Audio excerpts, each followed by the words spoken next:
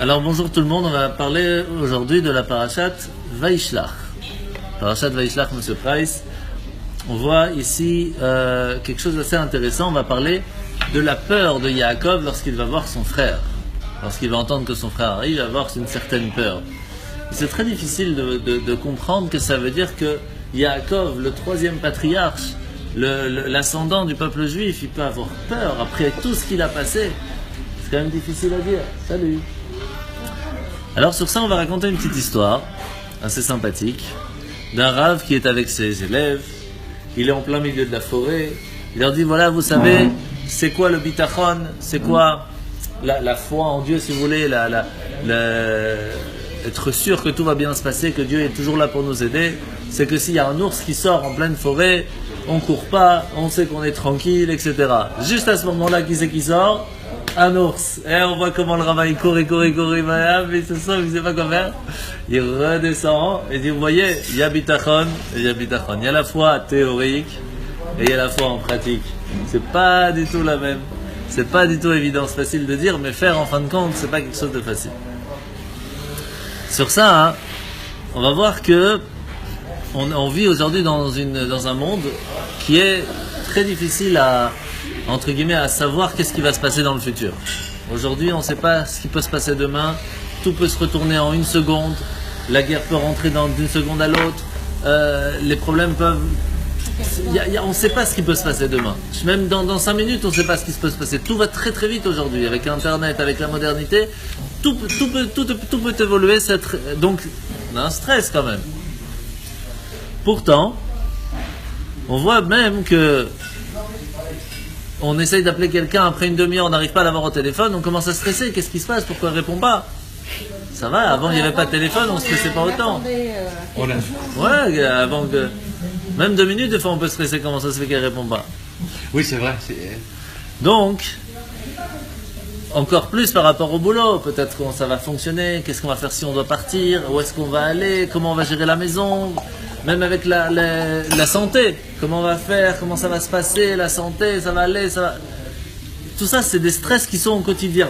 Et c'est ce qu'on appelle la peur. Alors la peur, c'est quelque chose... Pardon? Moi, je prends plus au téléphone. J'essaie toujours de laisser mon téléphone à la maison. Comme ça, vous êtes tranquille. Tout le monde a peur, mais pas vous. Oui, exactement. Alors, on voit quand même quelque chose d'assez intéressant. C'est que la peur, elle peut faire quelque chose de très grave.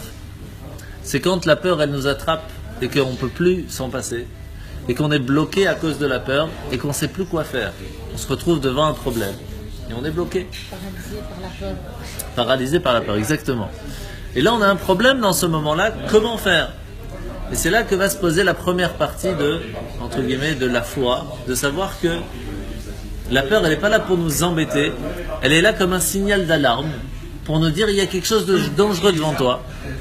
Et tu dois réfléchir comment arranger le problème. Il n'est pas là pour nous paralyser. Il est là pour nous dire, attention. Donc la peur en soi, c'est pas quelque chose de pas bien. C'est simplement quelque chose qui est là pour nous dire attention, c'est un signal d'alarme.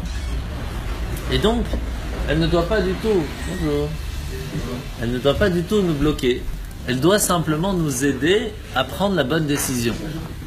Mais lorsqu'on se fait avoir par la peur et qu'on est submergé par la peur, c'est là qu'on est bloqué, c'est là qu'on a des problèmes. Donc la peur, c'est un signal pour tester notre foi, c'est ça? Alors ça dépend.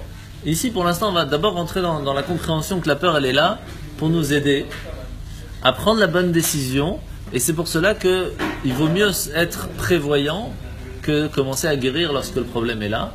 Et donc la peur, elle est là pour nous rappeler, fais attention de ne pas rentrer dans le problème, mais préviens-toi, arrange le problème avant qu'il arrive, fais tout ce qu'il faut pour ne pas que ça arrive. Ah, monsieur Cohen. Eh bien, à l'heure, comme d'habitude. Donc, on est en train, monsieur Cohen, d'apprendre sur la peur. Est-ce que c'est quelque chose de bien? Est-ce que c'est quelque chose de pas bien? En général, pour l'instant, on a appris que, malheureusement, la peur peut nous bloquer. Lorsqu'on est devant un problème, elle peut nous bloquer, on n'arrive plus à choisir quoi faire. Elle est bloquée. Voilà.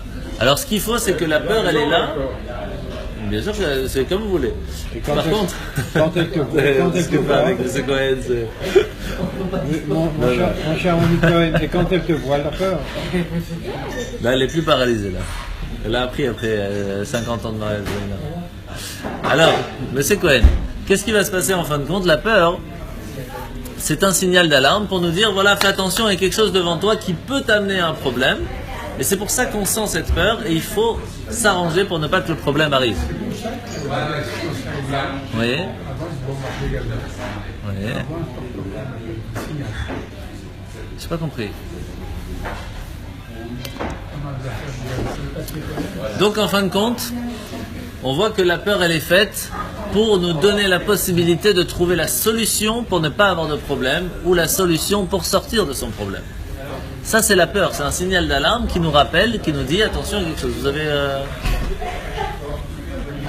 Alors maintenant on a ce qu'on appelle l'histoire de la peur, et elle est là pour nous donner la possibilité d'être meilleur.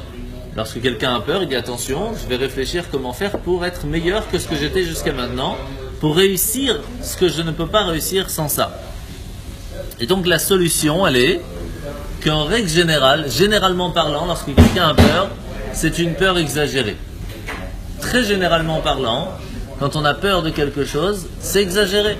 Si on se rend compte qu'en fin de compte, la peur qu'on a est trop grande par rapport au problème, alors on se calme et on arrive à gérer le problème beaucoup plus facilement que si on n'avait pas eu cette peur. C'est pour cela qu'on a ce qu'on appelle le sang-froid, c'est essayer de calmer sa peur pour comprendre que des fois elle est trop exagérée et donc on réussit à la canaliser pour l'utiliser à bon escient et donc réussir à faire ce qu'il faut au bon moment. C'est comme ça qu'il faut en tout cas le mieux possible, c'est la plus grande technique qu'il y a dans la peur. Maintenant la question qui se pose c'est qu'est-ce que la Torah nous dit dans la paracha par rapport à la peur? Intéressant.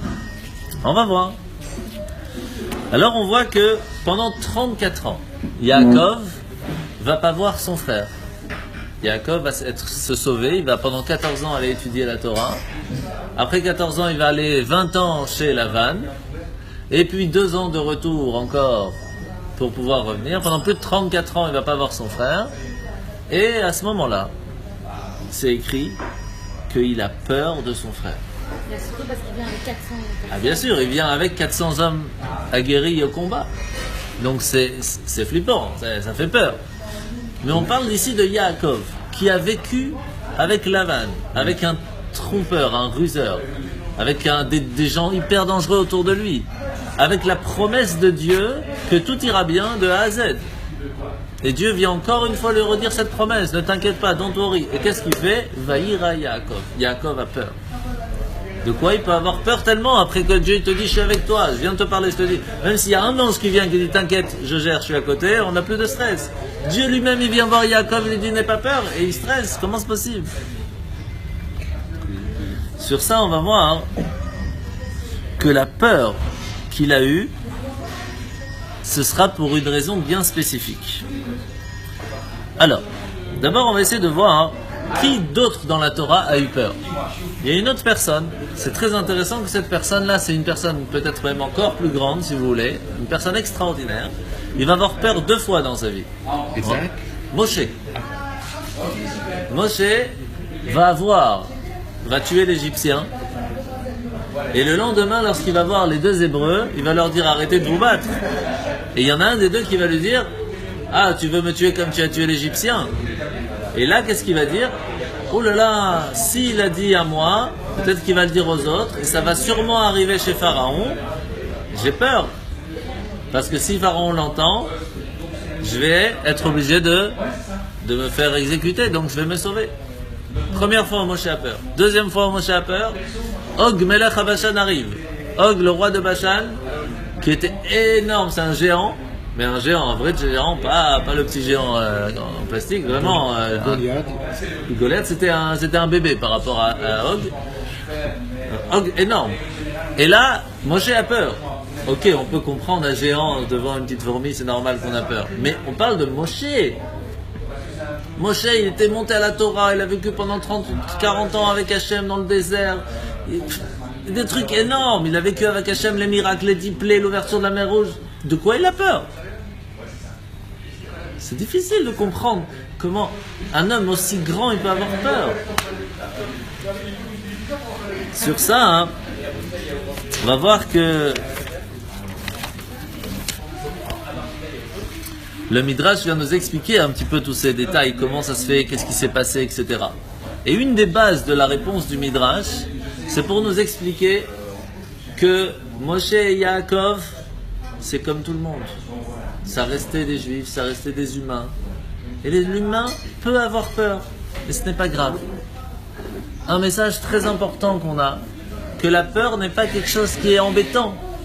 C'est pas spécialement un manque de foi. Mais quand même, on parle de Moshe et de Yaakov. Avec tout ce qu'ils ont vécu, comment ils ont pu avoir peur? C'est difficile à comprendre. En général, si on a une foi complète en Dieu, qu'est-ce qui nous stresse? C'est l'instinct de nous contrôler. Ah oui, mais comment ça se fait qu'on ne se contrôle pas si on a une émouna à 100%? On parle de Moshe ici, Yaakov. Comment ils ont pu avoir ce, entre guillemets, manque de foi, manque de confiance en Dieu, en ayant peur de comment? Emouna, c'est la foi, c'est ça. Emouna, c'est la foi, Betachan, c'est la confiance. Et Tikva, c'est l'espoir. C'est les trois niveaux de Emouna qu'on peut avoir. Alors, pour résumer, la première Emouna, premier niveau, c'est que tout le monde a en général, c'est l'espoir. C'est dire, j'espère que Dieu va m'aider, s'il m'aide tant mieux, s'il m'aide pas tant pis. Ça, en général, c'est la plus classique. Après, il y a celle que très souvent on a, c'est, je fais confiance que Dieu va m'aider, je sais pas comment, mais moi je dois quand même faire mon job. Donc moi je fais mon job et Dieu va m'aider derrière. Je sais qu'il va m'aider, comment, je sais pas, c'est pas mon problème, mais moi je dois faire mon job pour qu'il m'aide. Ça c'est Emouna. Bitachon, la confiance 100%, c'est, moi j'ai pas besoin de faire rien du tout. Il veut que ça se fasse, il a qu'à se débrouiller, c'est son problème. Moi j'ai fait ce que j'ai dû, après il se débrouille. Ça aussi on l'a de temps en temps. C'est les trois niveaux. Alors on parle ici de deux personnes extraordinaires, Moshe et Yaakov. Comment c'est possible qu'ils peuvent avoir ce manque de foi, ce manque de confiance? Et ici le Midrash nous précise, pour nous apprendre que si même eux, avec la plus grande confiance qu'ils ont eue, ils ont eu entre guillemets un peu de manque de confiance puisqu'ils ont eu peur, pour nous apprendre que nous en tant qu'humains, c'est pas grave de temps en temps d'avoir peur. C'est pas une marque de manque de Emouna, c'est parce qu'on est des humains, tout simplement. Alors après, bien sûr, la question est toujours présente. Est-ce que c'est bien? Est-ce que c'est pas bien? Comment ça fonctionne? Comment on peut la contrôler? Tout ça. Sur ça, on va essayer de ramener une phrase qui est très connue du Rabbi Nachman de Breslev, qui se met en chanson. Vea ikar, vea ikar. Et le plus important, c'est quoi? Lo lefachet klal. De ne pas avoir peur. C'est-à-dire que d'après Rabbi Nachman, si on a une confiance totale en Dieu, no stress. Tranquille, aucun stress, aucune peur, ça ne faut pas avoir peur.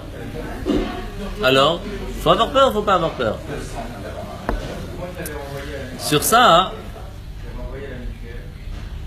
Oui, mais Dieu protège les Dieu on peut avoir confiance totale en Dieu, mais si on se jette devant un train, Dieu peut rien pour nous. il peut s'il veut, mais faut pas aller, il nous dit lui-même, Dieu, qu'il ne faut pas aller se mettre devant un train. Oui.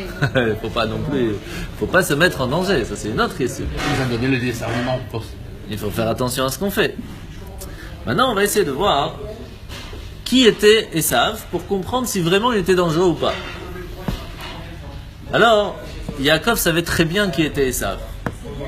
La preuve, c'est que lorsque Abraham va partir de ce monde, Esav va venir voir Yaakov le jour même et va dire à Yaakov, j'ai faim, je suis très fatigué. Il avait à peine 15 ans. De quoi t'es fatigué? Déjà t'es fatigué à 15 ans. On ne parle pas de la génération d'aujourd'hui, déjà à 12 ans ils sont fatigués. Mais on parle d'avant, un homme, à 15 ans, c'était un chasseur. Et qu'est-ce qu'il dit? C'est une phrase très dure à 15 ans d'entendre ça dans la bouche d'un enfant. Je n'ai plus rien à faire de la vie. Qu'est-ce que c'est pour moi la vie? Je préfère profiter de ce monde. Il avait abandonné le plaisir même de vivre. Comment c'est possible à 15 ans d'arriver à ça? Que nous dit la Torah? Elle nous explique que c'est à ce moment-là, une personne perd le goût de la vie lorsqu'il a connu la mort. Ça veut dire, lorsque quelqu'un a enlevé la vie à une personne, il a tué quelqu'un, il perd le goût de la vie. Et il s'est tué, il doit vraiment le tuer lui en ôter la vie. Je parle d'une personne qui a tué pour tuer, pas simplement pour se protéger ou autre. D'accord? Pas pour la guerre où on est obligé, etc. Mais même comme ça, on perd une certaine partie. Il y a un criminel perd le goût de la vie. Il perd la raison de vivre. Il ne sait plus pourquoi il vit. Et donc, Bon, vous n'êtes pas d'accord. C'est que ça la Torah dit. Oui, mais la réalité, c'est les criminels qui sont déversés en plus. Oui, mais c'est pas pour ça qu'ils ont le goût de la vie. Ils ont le goût de la mort, mais pas le goût de la vie. C'est pas la même chose, hein. Et c'est pour cela qu'il dit à Yaakov, bon, pas de problème. C'est pas un problème. Non, c'est aucun souci. Et donc, la Torah nous dit à ce moment-là, étant donné que Esav venait de faire un crime grave, il venait de tuer quelqu'un, c'est pour cela qu'il dit à Yaakov, j'ai plus le goût de la vie, et si tu me dis droit d'aînesse, pas droit d'aînesse, qu'est-ce que je m'en fous maintenant, j'ai plus goût à rien. Et donc, il va vendre son droit d'aînesse. À ce moment-là, il faut d'abord comprendre qu'est-ce qui s'est passé, qui c'est qui l'a tué. Alors vous connaissez sûrement l'histoire des habits magiques, entre guillemets, de Adam et Ève. Lorsqu'ils étaient dans le jardin d'Éden, ils ont mangé le fruit interdit, et ils vont sortir du jardin d'Éden, Hachem va leur donner des habits. De là qu'on apprend que quelqu'un qui n'a pas d'habits, c'est une mitzvah de lui donner des habits. Et à ce moment-là, il va leur donner des habits qui vont avoir sur ces habits tous les animaux. Et celui qui porte cet habit a le contrôle total des animaux. Parce que Adam lui a dit, il a dit à Hachem, mais comment on va faire? On a peur des animaux, ils peuvent venir nous manger. Avant, on était comme des humains, on était des êtres spirituels, on n'avait pas peur des animaux, parce qu'ils nous voyaient différents de nous, plus haut que nous. Mais aujourd'hui qu'ils ont fait la faute, les animaux voient l'humain comme un animal, surtout s'il se comporte comme un animal. Donc quelle différence pour un lion ou tel animal ou tel animal? Lui, il a faim, il mange. Donc si on se comporte comme un humain, et pas comme un animal, le lion va nous voir comme un homme spirituel, et donc ne va pas se comporter de la même façon. Et on le voit par exemple, avec Daniel qui est jeté dans la fosse au lion, il n'a pas été touché. Tout ça pourquoi? Parce qu'une personne qui se comporte comme un homme spirituel, comme un humain et pas comme un animal, reçoit cette élévation. Et donc l'animal ne le voit pas en tant qu'autre animal. Qu'est-ce qui va se passer? Hachem va lui donner ses habits, tout celui qui a ses habits va avoir le contrôle total des animaux. Cet habit va passer de Adam à Hachem, qui va passer en fin de compte à Hanor, puis à Methuselah, puis à Noach. Noach va vouloir le donner à Seth, à Hachem. Et hello, comment tu vas? Ça fait plaisir, ça va? Mais en fin de compte, c'est Ham qui va lui voler. Ham, donc son troisième fils, va lui voler et va le donner à son petit-fils qui s'appelle Nimrod. Et tant que Nimrod avait cet habit, il était presque invincible, puisqu'il avait le contrôle total des animaux, il en profitait, et c'est comme ça que c'était un grand chasseur, tout le monde croyait que c'était un grand sage, un grand prophète, un dieu si vous voulez même. Mais en fin de compte, il avait juste l'habit. Esav, qui a vécu dans la maison de Yaakov, connaissait l'histoire de cet habit, et donc va tuer Nimrod de façon cruelle pour lui prendre cet habit. C'est comme ça qu'il va revenir chez Yaakov en lui disant « J'ai plus rien, j'ai plus de goût à la vie ». À ce moment-là, on voit l'histoire que Yaakov avait compris qui était Esav. Il avait une idée tout à fait complète de qui c'est son frère. Il savait que c'était un tueur. Alors comment faire pour calmer Yaakov pour ne pas qu'il ait peur?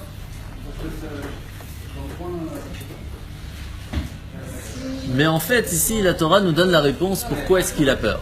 Yaakov se dit, Esav, il a quelque chose que moi je n'ai pas.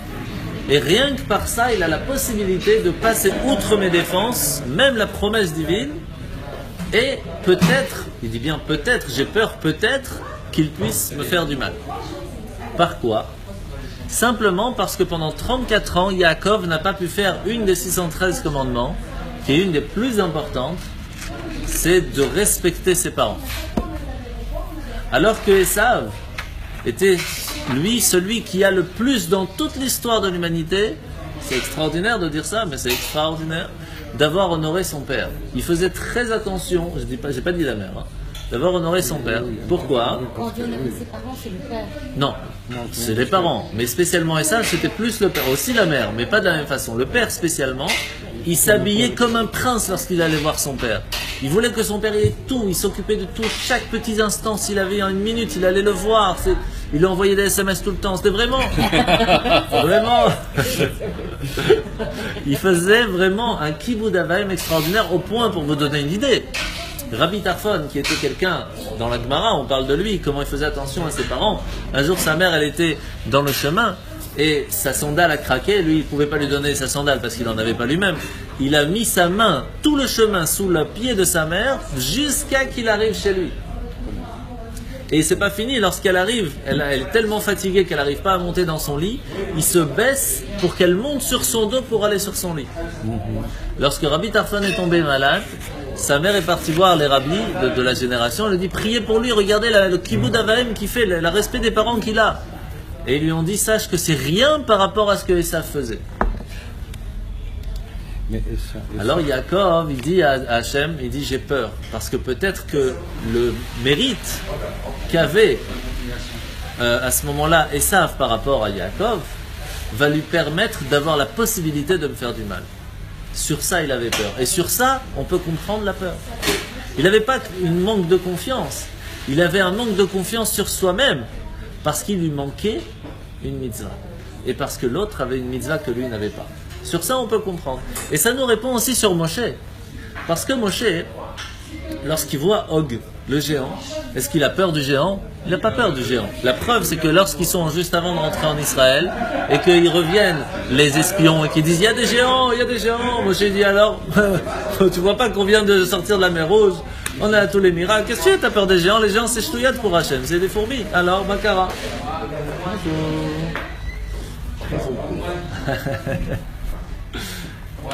Et pourtant il arrive devant Og et il y a un problème. Pourquoi il y a un problème? Parce que Og il était différent. Og il avait servi Abraham et Sarah pendant plusieurs années. Et ce mérite d'avoir servi Abraham et Sarah était un mérite que Moshe n'avait pas.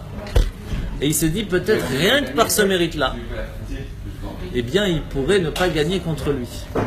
Et c'est pour cela qu'Hachem lui a dit don't worry, tu ne peux pas avoir peur parce que ce mérite, il est déjà parti, il a déjà reçu sa récompense par rapport à cela. Et donc, tu peux maintenant aller en guerre contre lui. Donc on voit qu'en fin de compte, et je vais vous dire mieux que ça, quand est-ce qu'on a conquis Jérusalem de façon complète? C'est pas qu'avec Yoshua, c'est très très très longtemps plus tard, c'est jusqu'au moment du roi David. Pourquoi? Parce qu'ils avaient le mérite d'avoir fait, les gens qui habitaient là-bas, les Yévoussim plus exactement, ils étaient de la même famille que Avimelech qui avait fait une alliance avec Abraham. Et par ce mérite, ils ont réussi pendant 7 générations à garder une partie de Jérusalem. Donc on voit que les mérites ont une force. Et c'est pour cela qu'ils ont eu peur. Donc là on a une certaine réponse. Quand même, il faut savoir qu'ici, Yaakov a eu peur sur 2 fois. Une fois c'est écrit Vaïra, il a eu peur. Ça on a répondu pourquoi? Parce qu'il avait eu peur par rapport au problème, parce que Esav avait une mitzvah de plus. Mais c'est écrit Vaïetzerlo. Il y a un problème. C'est quoi ce niveau de peur différent?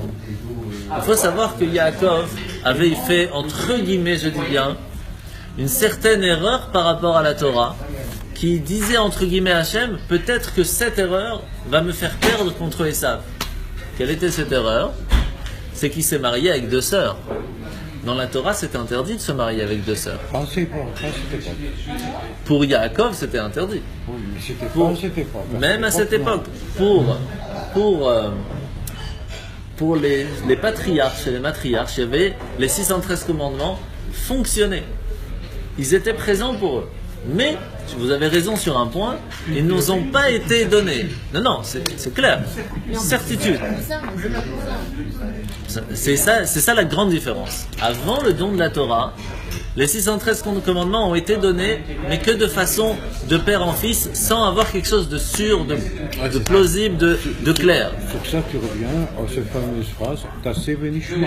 Alors, attendez, il faut comprendre ce que ça veut dire. Qu'est-ce qui se passe à ce moment-là? Yaakov sait ce que son père lui a appris et qu'est-ce qu'il a appris à la yeshiva, qu'il n'a pas le droit de se marier avec les 2 sœurs. Et donc, il se marie avec Léa, et il a un problème parce que la femme à qui il a promis, c'était Rachel. Et là, il y a une grande question qui se pose. Dans les 7 lois de Noach, c'était comme ça dans l'humanité à ce moment-là, il y avait qu'on n'a pas le droit de tromper, on n'a pas le droit de ruser, on n'a pas le droit de ne pas faire une promesse qu'on a faite. Donc on a une question. On a devant nous 2 lois. Une qui nous dit tu es obligé de faire ta promesse, ça c'est une loi qui a été donnée. Donc là, c'est quelque chose qu'il doit faire. Et une autre loi qui est de ne pas se marier avec 2 sœurs, qui n'a pas encore été donnée, mais qu'il doit faire en tant que patriarche. Mais ça n'a pas été donné. étant donné que celle de ne pas tromper, de faire sa promesse était plus forte, puisqu'elle a déjà été donnée, il a été obligé de transgresser entre guillemets celle qu'il n'a pas encore reçue, bonsoir, puisque il avait celle-là à faire comme il a promis à Rachel, c'est pour cela qu'il a pu se marier avec Rachel. Mais on voit bien que la terre d'Israël n'a pas accepté Rachel, puisque lorsqu'il est en chemin à Bethléem, Rachel meurt avant de rentrer en Israël. En couche. Pourquoi? Parce qu'arrivé en Israël, on ne peut pas faire des choses contre la Torah. Et donc il ne pouvait pas rentrer avec Rachel en Israël. C'était pas possible. Salut. Elle est morte en couche. Oui, mais juste avant, à Bethléem. Parce qu'il ne pouvait pas rentrer. Donc il y avait cette, entre guillemets, cette erreur qui pourrait être une erreur que Yaakov il dit, pas seulement j'ai peur parce que Esav a fait quelque chose de bien que moi je n'ai pas fait, mais en plus j'ai fait peut-être une erreur qui va ouvrir la porte au problème. Et c'est pour cela que sur Yaakov il a eu peur 2 fois, de 2 façons différentes. Regarde, excuse-moi, la première fois il marque aussi, il demande à l'Éternel, je parle en français, je dis en français, d'accord, sauve-moi de grâce de la main de mon frère, de la main d'Esav, car je crains qu'il ne m'attaque et ne me frappe, joignant la mère aux enfants. Oui, et alors? Donc, pourtant, il a dit, je te ferai bien, et je te rendrai ta postérité semblable au sable de la mer, dont la quantité ne peut être comptée. Et alors? Mais tout n'a pas été réalisé. Pourquoi? Je te ferai du bien et je te rendrai ta postérité semblable au sable de la mer, dont la quantité ne peut être comptée. Tout à fait, et alors quel problème? Regarde ce qui se passe. Regarde ce qui s'est passé au fur des siècles. Mais au fur des siècles, on est toujours présent, on ne peut pas nous compter. On a toujours été présent, mais avec combien de... Ah oui, mais ça c'est un autre problème. Avec combien de morts, mais il faut demander au gros, avec combien de malheurs qu'il y a eu. Mais c'est toujours la même question que vous posez, M. Venner. Tout ce qui s'est passé dans les générations précédentes, c'est malheureux, il n'y a rien à faire. Mais pourquoi vous posez que sur les dernières? Pourquoi vous ne posez pas sur les plus de 15 millions qui sont morts en Égypte pendant 400 ans en esclavage? Et sur les pogroms et sur les... Alors, vous connaissez l'histoire. Qu'est-ce qui s'est passé lorsqu'on arrive en Israël? Les Juifs commencent à oublier et se marient avec des non-Juifs et ils commencent à se prosterner devant des idoles. Dieu n'est pas content, il envoie des ennemis. Ils font teshuva, il envoie un sauveur. Ils recommencent, il envoie les ennemis. Ils font teshuva, il envoie un sauveur. Ils recommencent. C'est toute l'histoire comme ça. Chaque fois c'est un autre sauveur et un autre ennemi. Ce que je peux vous dire de plus. C'est pas compliqué. Que la paracha 2, paracha suivante, les parachats précédents, mais Dieu a donné à l'homme le bien et le mal. Ah, de toute façon. Il lui a donné. Ah, de toute façon, on a en nous, chacun d'entre nous, et la possibilité de faire le bien, et aussi l'autre possibilité. Et pourquoi nous a-t-il donné le mal? On s'en a appris à Parashit. Pourquoi est-ce qu'il a créé Adam avec la possibilité de faire une bêtise s'il ne voulait pas qu'il y ait de bêtise? Parce qu'on comprend la valeur du bien que lorsqu'on sait se bloquer à ne pas faire une bêtise. Oui. Pardon?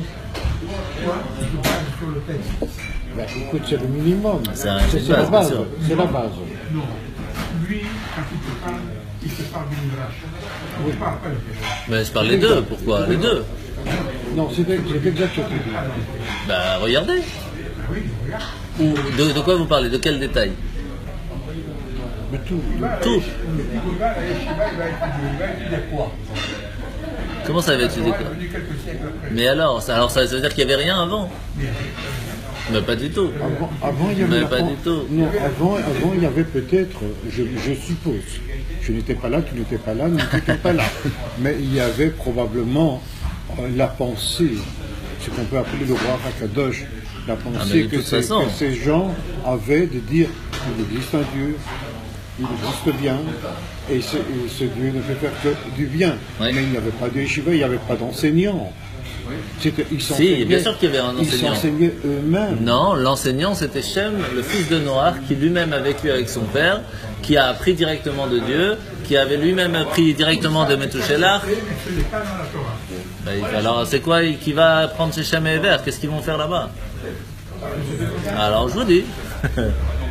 Mais Monsieur Cohen, je vais vous dire, si on se base que sur le texte écrit, on ne peut rien comprendre.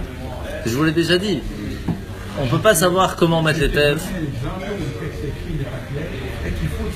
Alors c'est tout.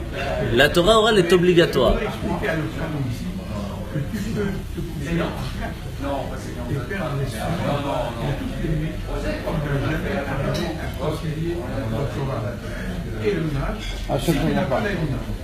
Non, c'est pas vrai. Pas vrai. Il faut juste bien étudier. Bien étudier. Concilier la confiance en Dieu et le texte. Parce que quand on dit maintenant, il n'est pas dans le Non, M. Cohen, c'est pas parce que nous, on n'est pas assez intelligents pour voir ce qui est écrit. Pas pour moi, bien sûr. On n'arrive pas à voir dans le texte le Midrash, mais le Midrash se trouve dans le texte, sauf que nous, on ne sait pas le voir. Non, mais les Midrashim ont été faits par qui? Par les Chachamim, par qui? Ah, les Chachamim. Mais il y a des Chachamim qui peuvent se tromper aussi. Non, on ne parle pas des Chachamim ici, on ne parle pas des rabbins des bois. Hein. On parle de Chachamim, vous rigolez ou quoi? Est-ce que Rachid... Ah, bien sûr, mais cette contradiction ne veut pas dire que c'est faux. Peut-être que je me trompe, il me semble que Rachid ou même Monique, je ne pourrais pas vous dire lequel des deux. Les deux. Les deux, oui. Les deux, ils se basent plus sur le texte simple. Non, mais il y en a un des deux qui a dit, si je devais recommencer tout, je réécrirais tout. Bonjour. Il y en a un des deux qui a dit, et je pourrais le retenir la prochaine fois, je pourrais relire ce livre. Un des deux a dit, tout ce que j'écris, tous mes commentaires, j'aurais dû les recommencer. Je crois que c'est mon avis. Peut-être. Je pense que ça change pas. Et Je sais il pas. n'est pas sûr, il n'est pas sûr. Il n'est pas sûr. Alors, Maintenant, c'est un grand. Et le son, il n'a pas, c'est pas, il n'a pas tout de suite été accepté, ça c'est sûr. il n'a pas été accepté. Alors, on va essayer de finir, Monsieur Cohen. Il nous reste un petit quart d'heure, Max. On va essayer de finir. On va voir que quand est-ce que Yaakov prend la décision de ne, entre guillemets, pas avoir peur de son frère et de rentrer chez lui, seulement quand Yosef va naître. Pourquoi? Parce que Yosef va... Comment dire? On a coupé, excuse-moi. Donc en fait, Yosef, qu'est-ce qu'il va faire? Il va aller voir son père. Son père va lui dire, va voir où sont tes frères. Mais Yosef savait que s'il allait voir ses frères, il allait se faire tuer. Parce qu'il y a même un midrash qui dit qu'il y a un ange qui est venu lui dire, ne va pas là-bas, tu vas te faire tuer. Mais il a dit, je vais parce que mon père m'a demandé, quand mon père dit quelque chose, je le fais. Et il est parti, il a fait ce qu'on appelle un respect de son père extraordinaire à ce moment-là. Quand le père dit, on fait, on ne pose pas la question. Ça, c'est quelque chose d'extraordinaire.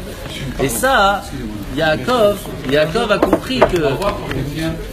Yaakov a compris que lorsque Esav, lui, il avait la mitzvah, il avait réussi à faire d'honorer ses parents, c'est son fils Yosef qui avait la force d'aller contre Esav. Et donc quand Yosef est né, il a dit c'est bon, j'ai la personne que je peux dire, j'ai en moi aussi une certaine partie, merci beaucoup, de dire je peux réussir à gagner contre mon frère. C'est comme ça qu'il est parti, mais il avait quand même un peu peur par rapport à cela. Je résume, Yosef son fils, il va dire à son père, même si peut-être je vais mourir en allant voir où sont mes frères, je vais parce que tu m'as demandé. Alors il a donc honoré son père de la même façon entre guillemets que Esav avait honoré son père. C'est pour cela qu'il a attendu que Yosef naisse pour pouvoir aller voir Esav. À ce moment-là, on voit ici que on a dans le Aleph Bet, dans l'alphabet, les 3 premières lettres sont très importantes. Le Aleph, c'est Emouna, la foi, c'est la première chose. Numéro 2, c'est Bet, c'est Bitachon, c'est la confiance, c'est un niveau déjà plus extrême. C'est la confiance en Dieu, la sécurité, d'être tranquille à chaque instant, une confiance. Et le Gimel, c'est Géoula. Si on a Emouna et Bitachon, alors on a Géoula. Géoula, c'est la délivrance. On est délivré de tous les problèmes. Emouna, Bitachon, Géoula. La foi, la confiance et la délivrance. Et pourquoi le Gimel, c'est considéré aussi la souffrance, le désert? Pourquoi? La lettre, c'est quand même la symbolique de Gimel, c'est le chameau. Le gamal. Oui. Ça c'est par rapport au Satan et tout, c'est une autre question. C'est autre chose. Ah. Ouais. Alors, on sait que, en fin de compte, il y a une histoire avec le roi David qui est difficile à comprendre, mais qui va nous montrer c'est quoi la confiance en Dieu à 100%. Il y a une personne qui s'appelle, comment il s'appelait, Shimi Ben Gera. Shimi Ben Gera, qui va être un des généraux de David, et qui un jour va commencer à, entre guillemets, insulter David, jeter des pierres et tout. Les autres, les soldats, les généraux vont dire à David, mais on va l'attraper. Il dit non. Si Dieu a voulu qu'il vienne à ce moment-là, qu'il me fasse ça, c'est que Dieu voulait. Le seul problème, c'est que c'est lui qui a été l'intermédiaire. Mais ça, c'est son problème avec Dieu, pas avec moi. Donc vous ne le touchez pas. C'est extraordinaire. David a dit, si lui vient me faire du mal maintenant, c'est que Dieu l'a voulu. Ouais. Donc en fin de compte, je dois m'en vouloir à moi-même par rapport à Dieu, pas par rapport à lui. Lui, il est que l'intermédiaire.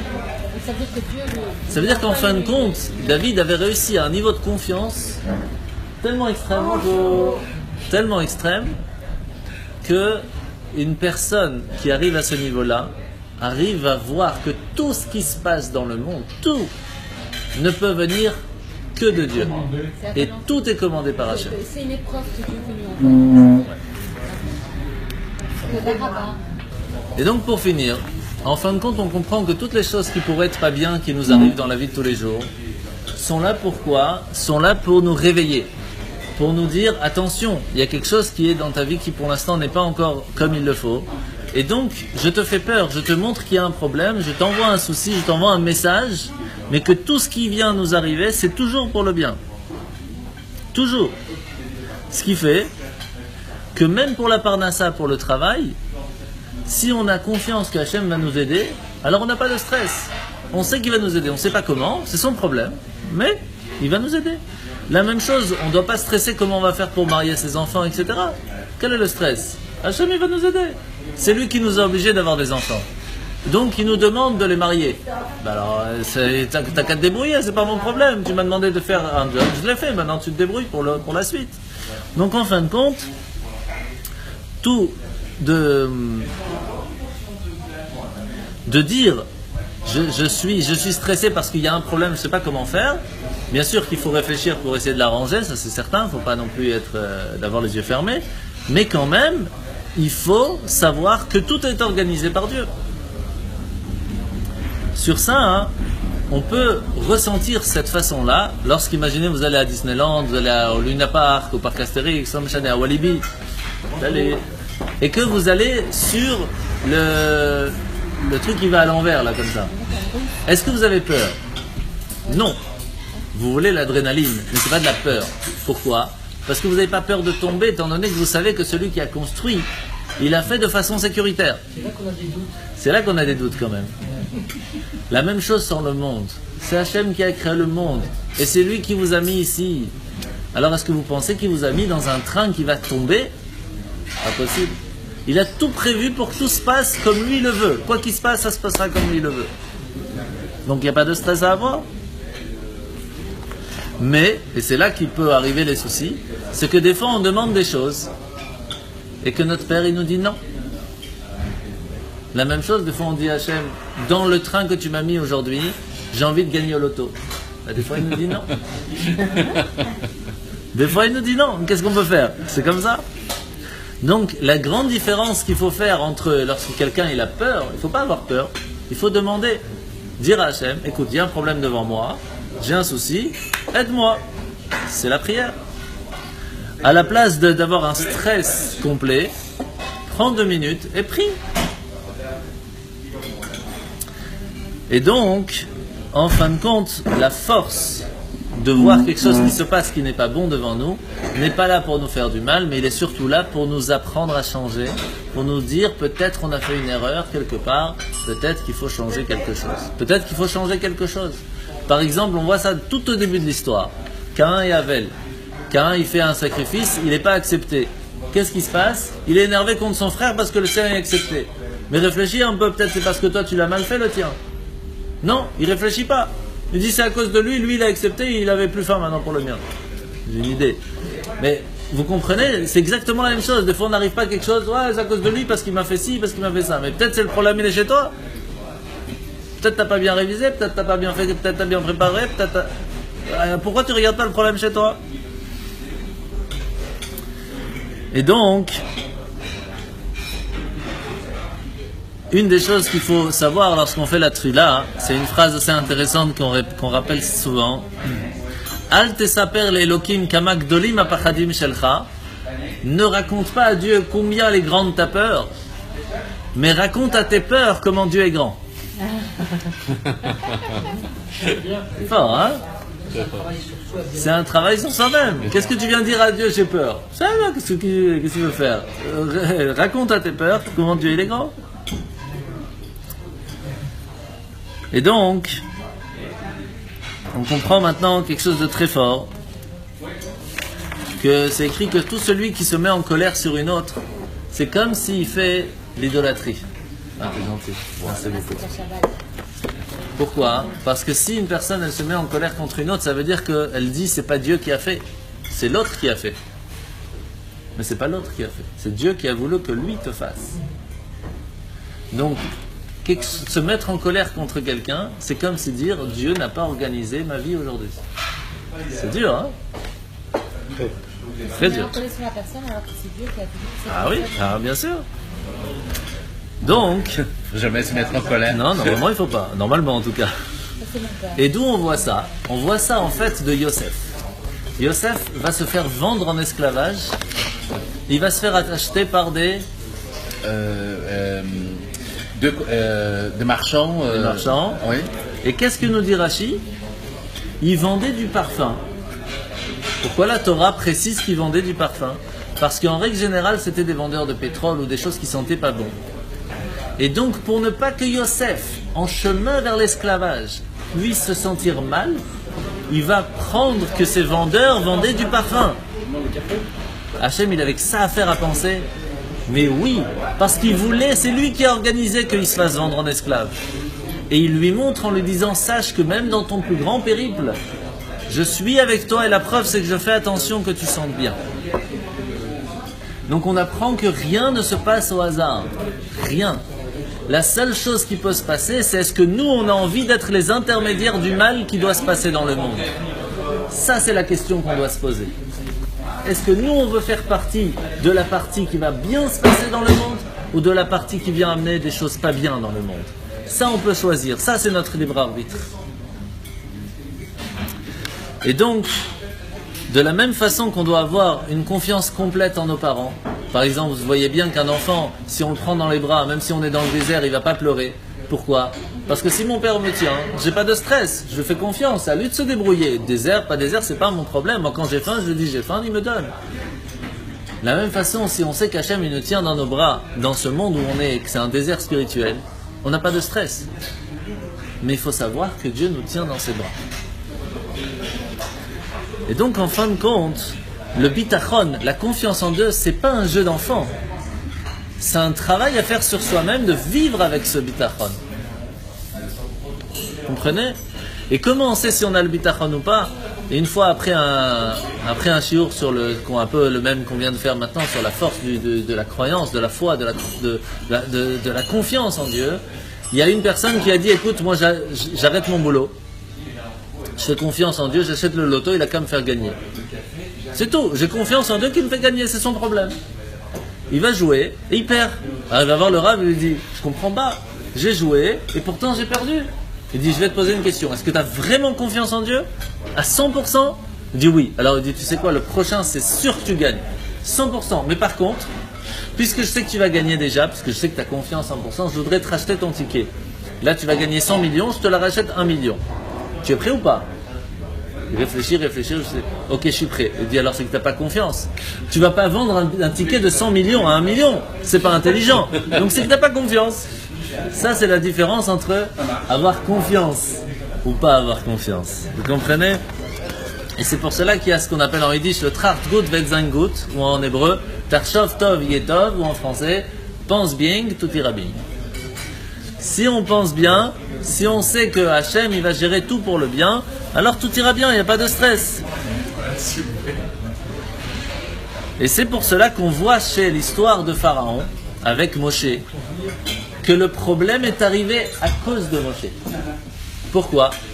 Parce que regardez bien l'histoire, comment ça se passe. Moshe entend que les Hébreux lui disent « Tu veux me tuer comme Égyptien ?» Il a peur. Et comme il a peur, Pharaon entend. S'il n'aurait pas eu peur, il aurait confiance que son acte était comme il le fallait, Pharaon n'aurait pas entendu. Donc en fin de compte, qu'est-ce qui amène les problèmes ? C'est le manque de foi. Comme on a un manque de foi, c'est ça qui amène que le problème peut arriver. Et c'est pour cela que le mot da'aga, qui veut dire les soucis, le stress, le problème, il y a le Aleph, il y a le Gimel, il y a le Dalet, il y a le He, il n'y a pas le Bet. Pourquoi ? Parce que les da'agot, les problèmes ne peuvent arriver que s'il manque le Bet, le bitachon. S'il vous manque de la confiance, alors les problèmes arrivent. C'est pas plus compliqué. Pardon ? Non, le bitachon, la confiance en Dieu. S'il nous manque la confiance en Dieu, c'est là que le problème arrive. Et on va finir avec une petite histoire qui s'est passée avec le Rav Moulay Azimov à Paris il n'y a pas si longtemps.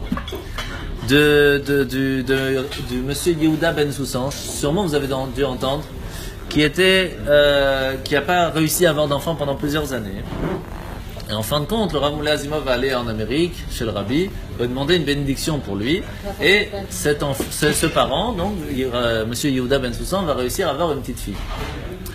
Ce monsieur Yehuda va en fin de compte avoir cette petite fille, et lorsqu'elle aura à peu près 9 ans, va avoir des soucis, un problème au cerveau. Et tous les médecins disent qu'il faut faire une opération. Alors, le Rav Moulay va lui dire, il faut écrire au Rabbi, il faut aller chez le Rabbi pour demander qu'est-ce qu'on fait. Le Rabbi, il voit la petite, il regarde comme ça, il dit approche-toi, je regarde, il dit je vois aucun problème, il n'y a pas de tumeur, il n'y a rien, pas besoin d'opération. Et ils sortent. D'abord, il lui dit vous êtes sûr parce que tous les médecins ils voient et tout. Il dit viens, je regarde. Il regarde, rien, il n'y a pas de problème. Il sort et il renvoie une lettre. Rabbi, qu'est-ce que je fais avec l'opération ? Les médecins me demandent, ils me stressent, qu'est-ce que je fais ? Alors le Rabbi dit je t'ai déjà répondu, mais si tu veux vraiment savoir, demande toujours à un médecin ami. Il demande à un médecin ami, mais le médecin ami il voit les radios, il dit il faut opérer. Ils opèrent et quand ils ouvrent, il n'y a plus rien. Malheureusement, comme ils ont ouvert, elle a perdu la parole. La petite a perdu la parole. Quelques années plus tard, quand il va repasser devant le Rabbi va lui donner $1.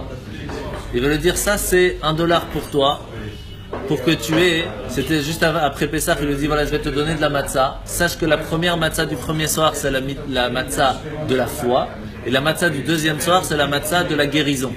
Alors il lui dit ça c'est la matzah de la foi pour toi, pour que tu aies plus de confiance. Et ça c'est la mitzvah de la refoua, de la guérison pour ta fille. Et la phrase elle est dure. Il va lui dire comme ça, parce que c'est pas ton manque de foi qui doit lui faire du mal. Et c'est comme ça qu'elle va guérir. Bien sûr. Pour vous donner une idée comment est-ce que c'est le manque de foi qui amène les problèmes. Et donc, Bezrat Hashem, qu'Hashem nous donne la foi et la confiance de pouvoir réussir dans tout ce qu'on entreprend. Amen. Pour que tout se passe dans la joie, la bonne humeur, la santé. Amen. Et que Mashiach vienne très vite. Amen.